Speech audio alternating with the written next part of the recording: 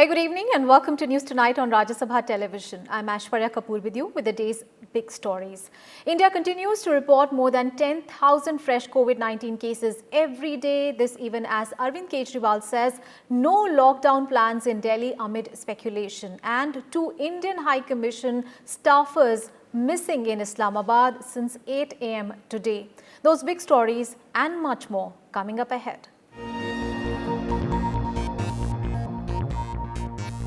With more than 11,000 fresh coronavirus infections for the 3rd day in a row, fresh novel coronavirus cases in India have increased to over 3.32 lakh. Take a look at all the details. Over 11,500 fresh cases and 325 deaths were reported in the last 24 hours till Monday. With a total of 9,520 deaths, India now has over 1.5 lakh active infections. Nearly 1,70,000 people have recovered. India's recovery rate, or the number of patients who have successfully fought the viral disease, now stands at 51.07%. 75% new cases are still coming from hotspots Maharashtra, Tamil Nadu and Delhi. With 3,390 fresh coronavirus cases, Maharashtra's COVID-19 cases now stand at 1,07,958. At least 120 patients have died in the last 24 hours, bringing the state's death toll to 3,950. Mumbai alone has reported 58,226 coronavirus cases since the start of the outbreak. In Tamil Nadu, coronavirus cases inched towards the grim milestone of 45,000. Over 1,900 people tested positive for the novel coronavirus in the last 24 hours. 435 people have succumbed to the disease in the state. Delhi recorded 2,224 fresh coronavirus cases on Sunday in the highest single-day spike, taking its tally to over 41,000, while the number of deaths due to the pandemic mounted to 1,327. Meanwhile, there has been a remarkable slowing in the rate of growth of COVID-19 infections in Gujarat, Rajasthan and Madhya Pradesh. Since the 3rd week of May, the growth of COVID-19 infections in Gujarat has been less than 3%. In Rajasthan, the growth rate of infection is now 2.66%, while Madhya Pradesh has recorded a 2.06% growth rate in infections. Bureau Report, Rajya Sabha TV. To increase COVID-19 testing in the country, the Indian Council of Medical Research has recommended the use of rapid antigen test kits for faster diagnosis.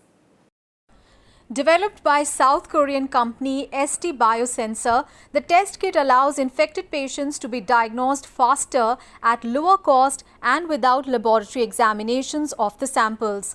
According to ICMR, suspected individuals who test negative for COVID-19 by rapid antigen test should be tested sequentially by RT-PCR to rule out infection, whereas a positive test should be considered as a true positive and doesn't need reconfirmation by RT-PCR test. Each kit, called Standard Q COVID-19 AG Rapid Antigen Detection Test, will cost less than 500 rupees. It can be used in field conditions and shows results within 30 minutes as opposed to RT-PCR test that takes 3 to 4 hours in labs.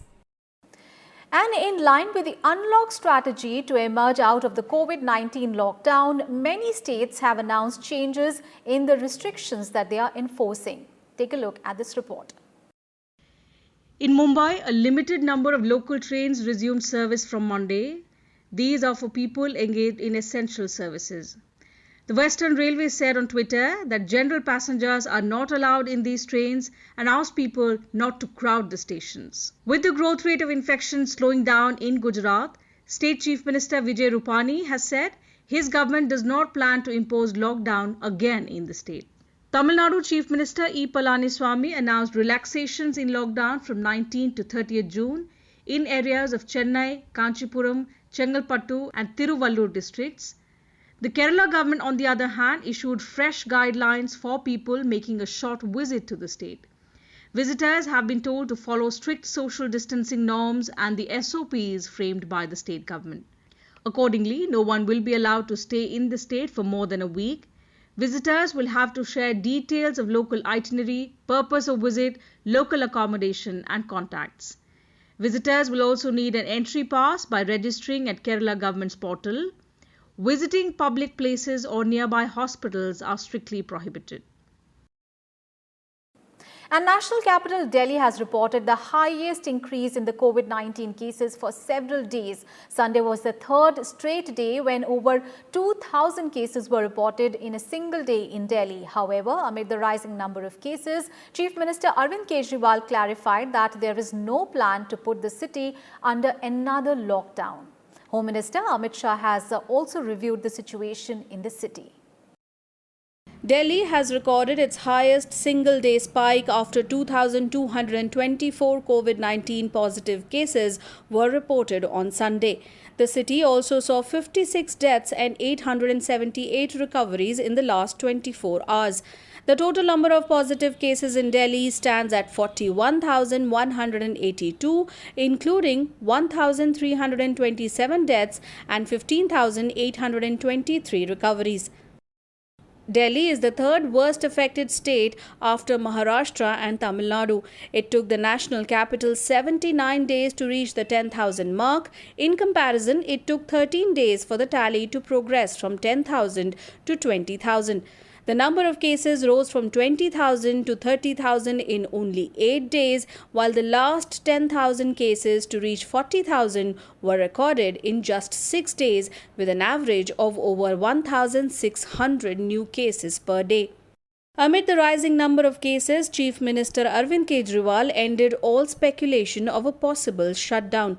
In a tweet, Kejriwal said no re-imposition of lockdown is being planned for the city. Earlier today, Home Minister Amit Shah chaired a second meeting in as many days to review the situation in the national capital.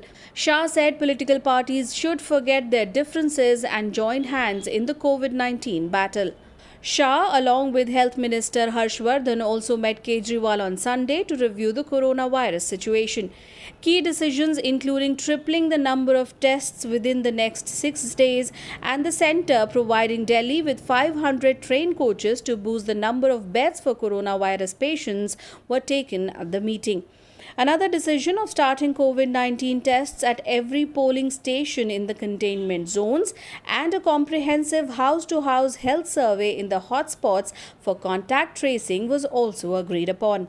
Soon after the decision, Indian Railways on Monday suspended all train services at Delhi's Anand Vihar railway station to house COVID-19 isolation cases. Bharatiya Janata party की पहले से ही जो बात थी कि इस corona संकट को अच्छी तरह हैंडल किया जाए, बेड्स की संख्या बढ़ाई जाए, कोविड के जो पेशेंट हैं जिनकी टेस्टिंग होती है वो टेस्टिंग ज़्यादा से ज़्यादा हो, ये बात उन्होंने भी कहा है कि हम ज़्यादा से ज़्यादा कराएंगे।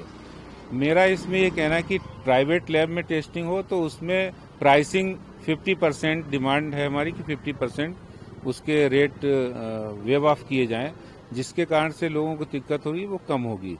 महासंकट के समय में, इस वैश्विक महामारी के समय में हम सबको एकजुट होकर इस बीमारी से लड़ना है। ज़्यादा बेड्स की ज़रूरत पड़ेगी, ज़्यादा ऑक्सीजन की ज़रूरत पड़ेगी, वेंटिलेटर्स की ज़रूरत पड़ेगी।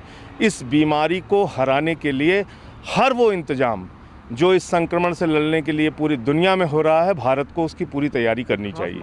मेडिकल स्टूडेंट्स की हमने उनके सामने सजेशन रखे हैं जो अंतिम सेमेस्टर में हैं, जो बच्चे एमबीबीएस या दूसरे बी फार्मा वगैरह कर रहे हैं, उनको हमने कहा कि उनका प्रयोग करिए, आप उन बच्चों को हौसला दीजिए और उनकी जो सेवाएं हैं मैं समझता हूं आने वाले वर्षों तक जानी जाएंगी, उनका योगदान सरकार को लेना चाहिए।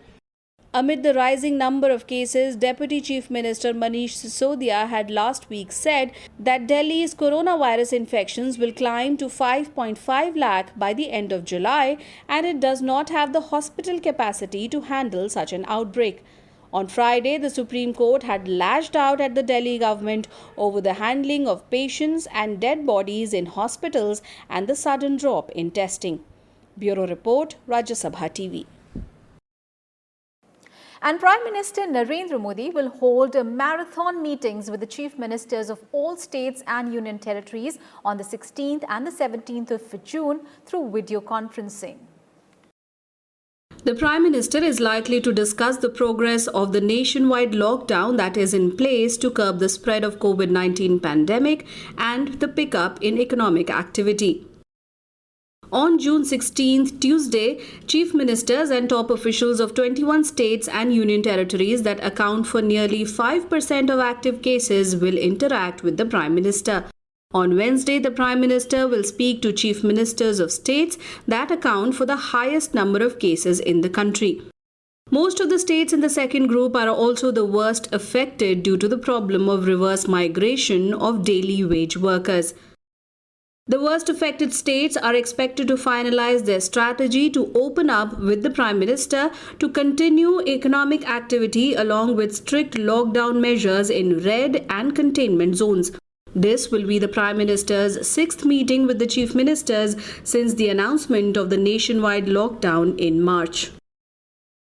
And now an update on the global coronavirus situation. On Monday, France and Germany lifted restrictions at their mutual borders for European Union travellers, allowing traffic to pass freely again.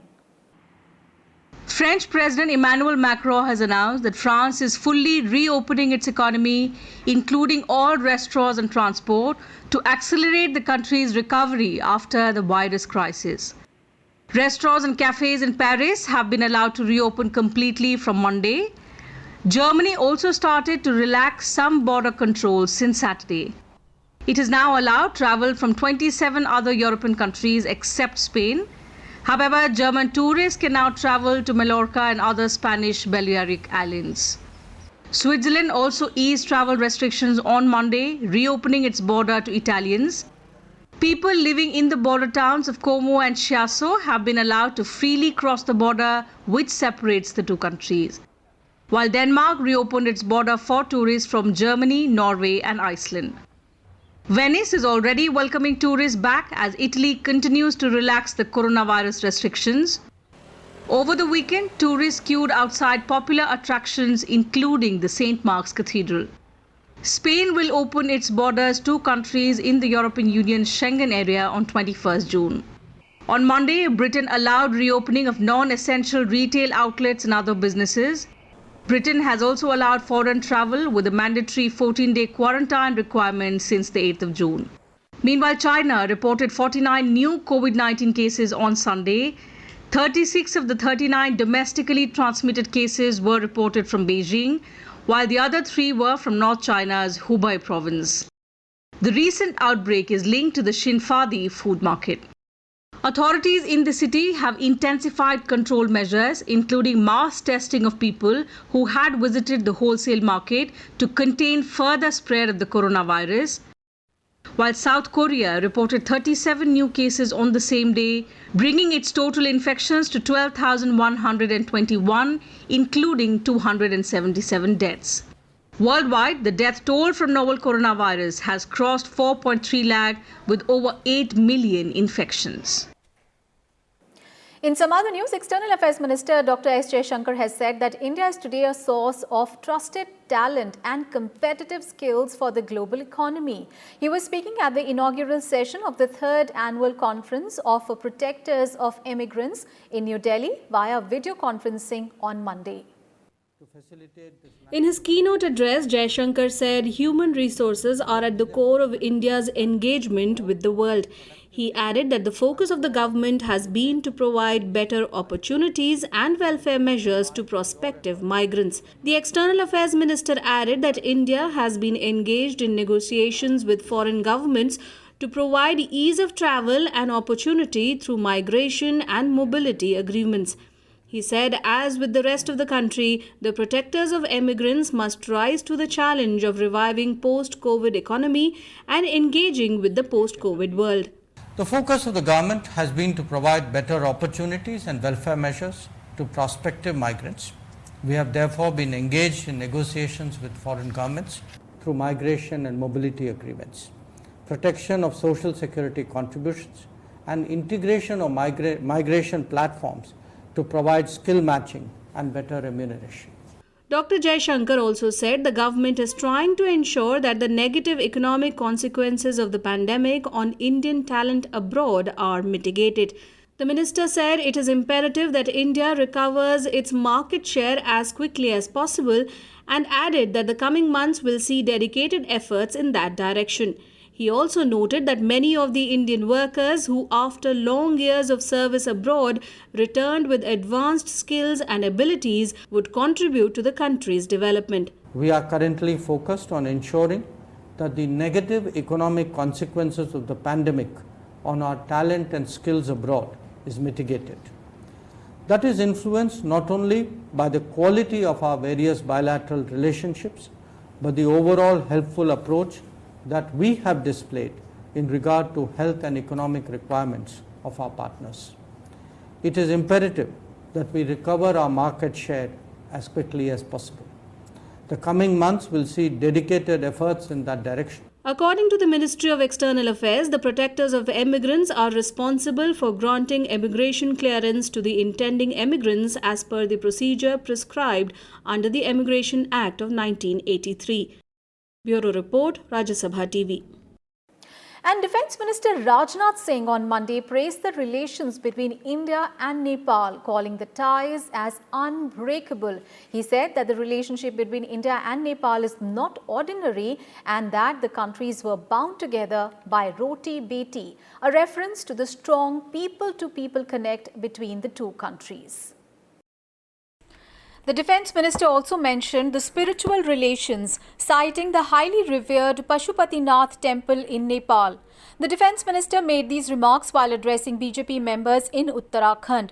The Defence Minister said, if there was any misunderstanding between India and Nepal, it can be sorted out through dialogue.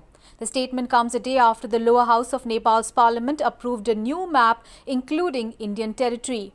The map shows land on the east of River Kali, jutting out from the northwestern tip of Nepal. The area includes the Lipulek Pass in Uttarakhand and also Limpiadhura and Kalapani. के बीच का जो रिश्ता है यह कोई सामान्य रिश्ता नहीं है, भारत और नेपाल के बीच का रिश्ता। तो मेरे बहनों भाइयों, यह रोटी और बेटी का हमारा यह रिश्ता है। दुनिया की कोई ताकत इस रिश्ते को तोड़ नहीं सकती है। India has rejected the map and called it a unilateral act, based neither on historical facts nor evidence. Nepal published the revised map in May after India inaugurated a 80-kilometer road connecting Uttarakhand with Lipu Lake on the border with Tibet. Rajnath Singh said there was some misunderstanding in Nepal on the road. He stressed that the road built by the Border Road Organization in Lipu Lake is very much in Indian territory. And the other top story that we are tracking tonight, 2 Indian High Commission staffers are missing since Monday morning while on official work. The junior staffers went out of the High Commission in a vehicle for official duty at around 8:30 a.m. but did not reach their destination. The Indian Embassy has taken up the matter with the Pakistani Foreign Office and sent a preliminary report to New Delhi. The Ministry of External Affairs has also raised the matter with the Pakistani authorities. Pakistan's charge d'affaires was summoned to the Ministry of External Affairs and démarché on the reported arrest. The démarché to the Pakistan CDA made it clear that there should be no interrogation or harassment of the Indian officials. It also said that the responsibility for the safety and security of the concerned diplomatic personnel lay squarely with the Pakistani authorities. The Pakistani side has been asked to return the 2 officials along with the official car to the High Commission immediately. The incident comes just weeks after 2 Pakistani officials at the Pakistan High Commission in New Delhi were deported after they were accused of espionage. The government on Monday launched India's own natural gas trading platform. The Indian Gas Exchange is an effort to enable gas market trading in the country. Launched by Petroleum and Natural Gas Minister Dharmendra Pradhan, it is the first such platform in the country for local market price discovery by matching demand-supply in a transparent manner. The launch of a new electronic trading platform has opened a new chapter in the energy history of India. Petroleum and Natural Gas Minister Dharmendra Pradhan says it will help the nation move towards market pricing of natural gas. He also said that Indian Gas Exchange will fulfill India's vision on mega investments in liquefied natural gas terminals, gas pipelines, infrastructure and permission for market-driven price mechanism. The present capacity is around 39.2 million metric ton, which will go up to 50 million metric ton by next few years. We have long-term LNG contract with America, with Russia, with Qatar, with Australia. We have a major investment in Mozambique. We have our investment in Russia, investment in Canada, and the big LNG projects. We want to capture the low LNG price of the globe. Dharmendra Pradhan called the new electronic trading platform for natural gas the biggest indicator of the centre's progressive policy. He said that it completes the entire energy value chain from gas production from multiple sources. We have long-term LNG. India is very much active on the different field of energy transition to have more sustainable energy, to have more affordable energy. Energy must be accessible to all its citizens. Energy must be efficient. Energy must be secured for the longer period. With all this 5-point approach, we will achieve the energy justice, which will have its impact for the citizen of this country and to the global community. The downstream regulator, Petroleum and Natural Gas Regulatory Board, will also announce a new pro-business tariff policy for gas transport soon. Kriti Mishra, Rajya Sabha TV. And now the weather update across the country, and the average temperatures in India are projected to rise 4.4 degrees Celsius by the end of the century. The intensity of heat waves is likely to increase by 3 to 4 times. According to a government report on the impact of climate change in India, the country's average temperatures have risen by around 0.7 degrees Celsius during 1901 to 2018, largely on account of greenhouse gas-induced warming. Prepared by the Center for Climate Change Research, the report says in the 30-year period between 1986 and 2015, temperatures of the warmest day and the coldest night of the year have risen by about 0.63 degrees Celsius and 0.4 degrees Celsius respectively. By the end of the century, temperatures of the warmest day and the coldest night are projected to rise by approximately 4.7 degrees Celsius and 5.5 degrees Celsius respectively. The occurrence of warm days and warm nights are projected to increase by 55% and 70% respectively. Summer heat waves between April to June over India are projected to be 3 to 4 times higher by the end of the 21st century. The average duration of heat wave events is also projected to approximately double. As per the report, sea surface temperature of the tropical Indian Ocean has risen by a degree Celsius on an average during 1951 to 2015, markedly higher than the global average sea surface temperature warming of 0.7 degrees Celsius over the same period. The sea level in the North Indian Ocean has risen at a rate of 1.06 to 1.75 millimeter per year during 1874 to 2004 and has accelerated to 3.3 millimeter per year in the last 2.5 decades between 1993 to 2017, which is comparable to the current rate of global mean sea level rise. At the end of the 21st century, sea level in the steric North Indian Ocean is projected to rise by approximately 300 millimeters relative to the average over 1986 to 2005.